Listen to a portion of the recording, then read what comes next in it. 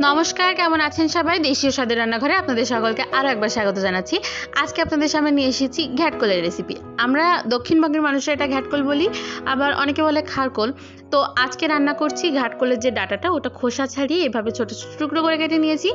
তো ফার্স্ট আমি এটা ভাপিয়ে নেব। এর পাতাটাও কিন্তু খাওয়া যায়, পাতা বেটে খেতে হয়। তো সেটা রেসিপি একদিন দেখাবো। তো কড়াইতে প্রথমে জল দিয়ে দিচ্ছি, আর তারপরে দিয়ে দিচ্ছি এই ঘ্যাটকোলগুলো।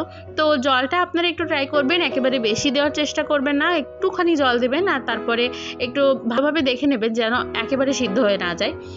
তারপরে এটা একটু মাপিয়ে আমি নামিয়ে নেবো। মশলা কী কী লাগছে একটু দেখে নিন। এখানে লাগছে পেঁয়াজ কুচি আর রসুন, আমি খোসা ছাড়িয়ে রেখে দিয়েছি, জাস্ট এটা থেতো করে নেবো আমি শিলপাটাতে। আর লাগছে যেটা কাঁঠালের বিচি, এটা মাস্ট দেওয়ার ট্রাই করবেন আপনারা। এটা আমি কিন্তু জাস্ট একটু থেতো করে নিয়েছি। আর নিয়েছি চিংড়ি মাছ। আমি যে উপকরণগুলো দিচ্ছি একটু ট্রাই করবেন সেই উপকরণগুলোই দেওয়ার, কারণ এগুলো দিলেই কিন্তু রান্নাটা জাস্ট অসাধারণ হবে। তো আর লাগছে জিরে বাটা, আর এখানে গোলমরিচ আর আদা একসাথে বেটে নেওয়া কাঁচা ঝাল লাগছে। তো প্রথমে কড়াইতে আমি তেল দিয়ে দিচ্ছি, তেলটা গরম হয়ে গেছে। এবার আমি পেঁয়াজটা দিয়ে দিচ্ছি। পেঁয়াজটা একটু ব্রাউন করে ভেজে আমি দিয়ে দেবো চিংড়ি মাছটা, আর সাথে কিন্তু আমি কাঁঠালের বিচিটাও দিয়ে দিচ্ছি। দিয়ে আমি এবার জাস্ট একটু ভেজে নেব। আপনারা এই রান্নাটা গরমকালে খেয়ে দেখবেন, আপনারা জাস্ট পাগল হয়ে যাবেন, একদম ফুল ম্যাড হয়ে যাবেন এই রান্নাটা খেলে। তো এরপরে আমি দিয়ে দিচ্ছি রসুন বাটা, আর দিয়ে দিচ্ছি কাঁচা লঙ্কা যেটা আমি চিড়েলাম সেটা দিয়ে আমি একটু ভেজে নেব। নিয়ে কিন্তু আমি ঘ্যাটকোল যেটা ভাপিয়ে রেখেছিলাম সেটা দিয়ে দেব।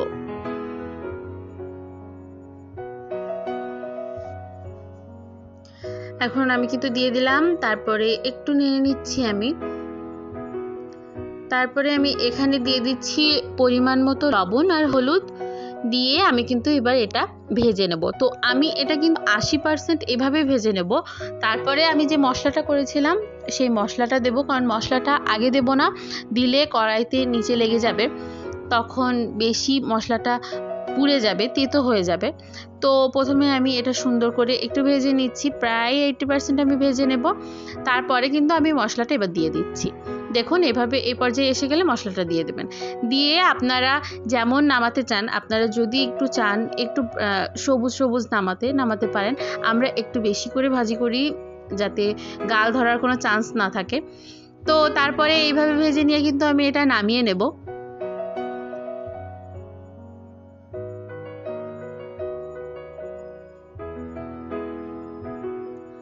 দেখুন এভাবে কিন্তু ভেজে নেব, নিয়ে আমি এটা নামিয়ে নিচ্ছি। এই যে আমি নামিয়ে নিয়েছি। এটা কিন্তু গরম ভাতে কাগজি লেবু জাস্ট একটু চেপে নেবেন, অসাধারণ লাগবে।